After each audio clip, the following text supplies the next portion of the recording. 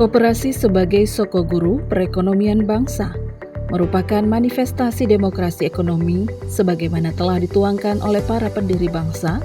Perekonomian disusun sebagai usaha bersama berdasarkan atas azas kekeluargaan. Namun sangat disayangkan pada saat ini perekonomian bersifat Pancasialis tersebut, yakni koperasi, seolah-olah termarginalkan, tergerus derasnya arus ekonomi kapitalis. Di tengah maraknya pengembangan usaha retail yang dilakukan oleh beberapa perusahaan maupun serbuan perbankan menawarkan kredit kepada masyarakat. Alasan ini yang mendasari Dinas Koperasi dan UMKM Kabupaten Siak memberikan penguatan, pembinaan serta pelatihan, meningkatkan pengetahuan informasi, mengatasi kendala dalam pengelolaan koperasi, sehingga diharapkan kelompok anggota koperasi dapat bertahan dan terus bertumbuh mensejahterakan masyarakat.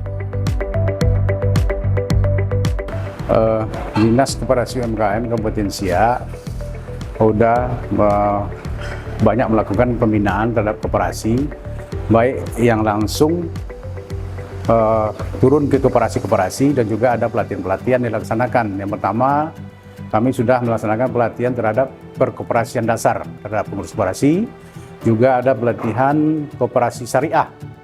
Nah, jadi koperasi syariah ini adalah bertujuan agar usaha koperasi itu tidak tercampur dengan riba. Nah, itu tujuannya, Pak. Kemudian ada juga pelatihan terhadap uji kompetensi terhadap pengurus yang akan dipilih menjadi ketua koperasi yang akan datang. Ya, kami Dinas Koperasi selalu berusaha agar koperasi yang ada di Kabupaten Siak bisa berkembang dan maju seperti daerah-daerah lain. Dan contohnya sekarang ini kita melaksanakan pelatihan terhadap uji kompetensi terhadap pengurus, Pak.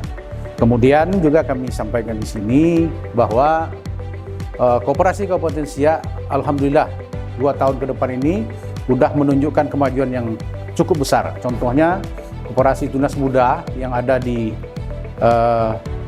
Dayun itu sudah melaksanakan kegiatan-kegiatan yang merupakan kegiatan yang sudah dilaksanakan oleh PT, Pak.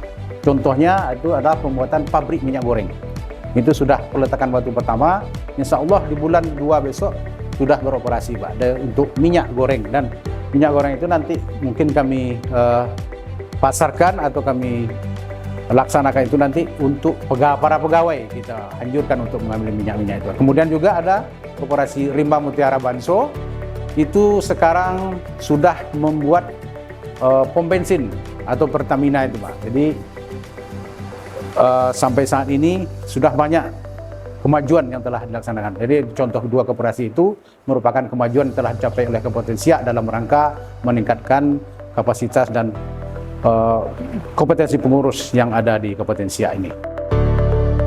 Pemahaman serta pengetahuan terkait informasi pengelolaan koperasi yang tepat, dibarengi kompetensi pengurus yang baik, mampu menganalisa tantangan yang dihadapi, inovatif, kreatif dan beradaptasi dengan teknologi informasi dapat mendukung kemajuan pengembangan koperasi di masa kini, menjalankan peran tanggung jawab, memajukan dan mensejahterakan anggota koperasi. Pelatihan koperasi yang berbasis kompetensi, intinya tujuan akhirnya bagaimana membentuk sumber daya manusia pengurus koperasi yang merupakan motor penggerak di dalam sebuah lembaga organisasi ini bisa memiliki kompetensi. Jadi kompetensi yang dimaksud itu adalah dia mampu secara pengetahuan, kemudian dia bisa melaksanakan kegiatan atau fungsi dan tugasnya sesuai dengan kemampuannya yang dia miliki.